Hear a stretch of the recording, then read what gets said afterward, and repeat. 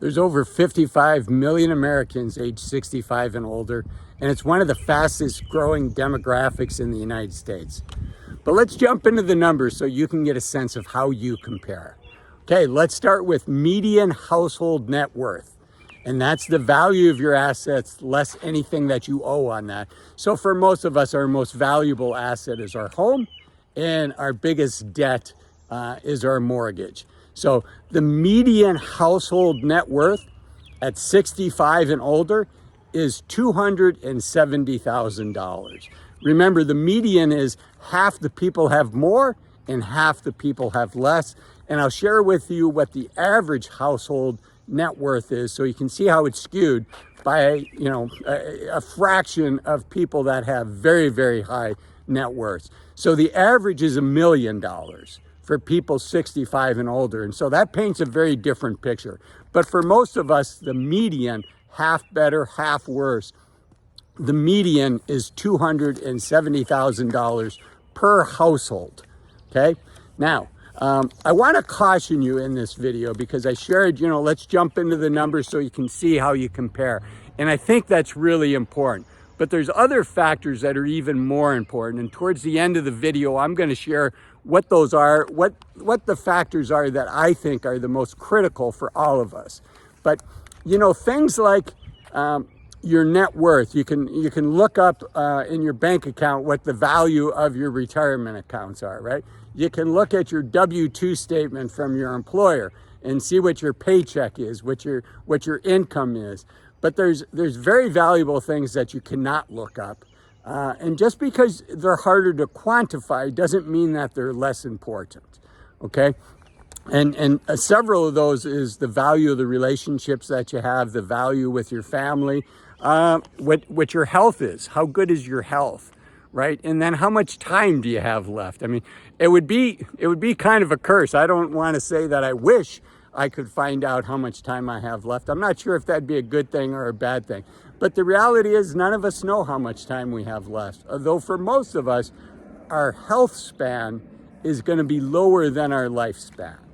Okay, so let's keep jumping into some numbers with that caveat out of the way. Okay, the median household income, again, household, and this is median, for people 65 and older is $48,000 a year. The median for an individual 65 and older is $27,000 a year. And then the average Social Security payment in the United States is $1,800. So a couple observations from there. You can see that the Social Security payment is an important part of our income in retirement. And hopefully Social Security sticks around. I'm going to be 59 here pretty soon. I think I can depend on Social Security. I certainly hope I can depend on Social Security. But it's less clear for younger people. So, we just do the best that we can. And then, I mentioned earlier that there's 55 million Americans age 65 and older, and it's one of the fastest growing demographics. I think that's good for us because it's a strong voting bloc, and we've paid a lot of money in to Social Security for a long, long time. So hopefully we can protect that because you can see with the median individual income age 65 and older is $27,000. And again, the average Social Security payment, and this is from the Social Security office, which is why I'm giving you average, is $1,800 a year. So that's $21,000. So, 60-70% of the average 65-year-old's income is coming from Social Security. So it's a critical part, it's a critical component. And unfortunately, we kind of need that forced savings, but that's basically what it was, right? We've spent a lifetime paying into Social Security, which was forced savings for us. And forced savings is probably a good thing for a lot of folks because you see the numbers and, over half of Americans that make over $100,000 a year don't save a dime. So again, the median household income total is $48,000 a year. And I don't think it's a coincidence if you look at the household expenses, the median household expenses. This is for people 65 and older. According to the Bureau of Labor Statistics, it's $4,000 a month. 4 times 12 is 48,000. So you can see it exactly matches up to what the median household income is. Now, there's another really important point, and that is the median amount of weeks of healthy active time for a 60-year-old is 1,000 weeks or less, right? If you do the math, that's, that gives us about 20 years. If you're 60 years old, hopefully we can all stay healthy. Hopefully we can all stay active until 80, but unfortunately the math is against us, right? The statistics say that, by the time we're 80, we're going to be dealing with some health issues. Unfortunately, some of us are going to have heart attacks. Some of us are going to have strokes, cancer diagnosis, stuff like that. So I don't want to be the bearer of bad news, but, I just want to keep things in focus. So those are the median I shared with you. Both the median and the average for the net worth and the median household income. Again, for net worth, it's $270,000 is the median net worth, and it's $1 million for the average. So again, there's a couple people there's a small fraction of the people that are skewing that numbers for us.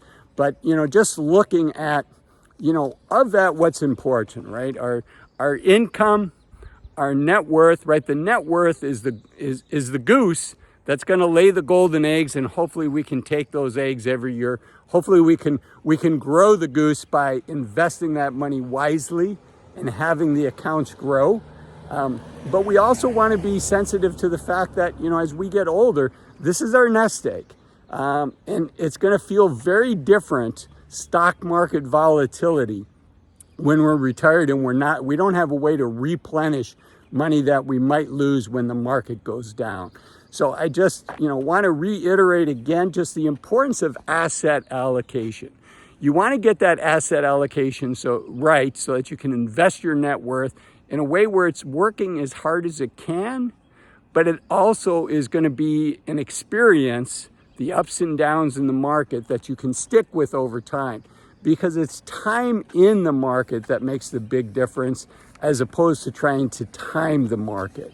The time to be thinking about is your asset allocation, right? Can you withstand the volatility in the market?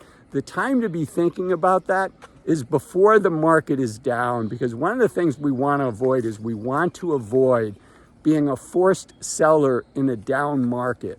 And our emotions, our thoughts, and our hearts can, after a few sleepless nights, can drive us into being a forced seller if we're too scary. So I encourage you, none of this is financial advice. I encourage you to work with a fee-only financial advisor to figure out your specific situation.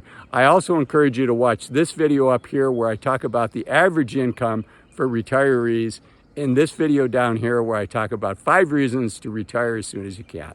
Thanks for watching. Bye-bye.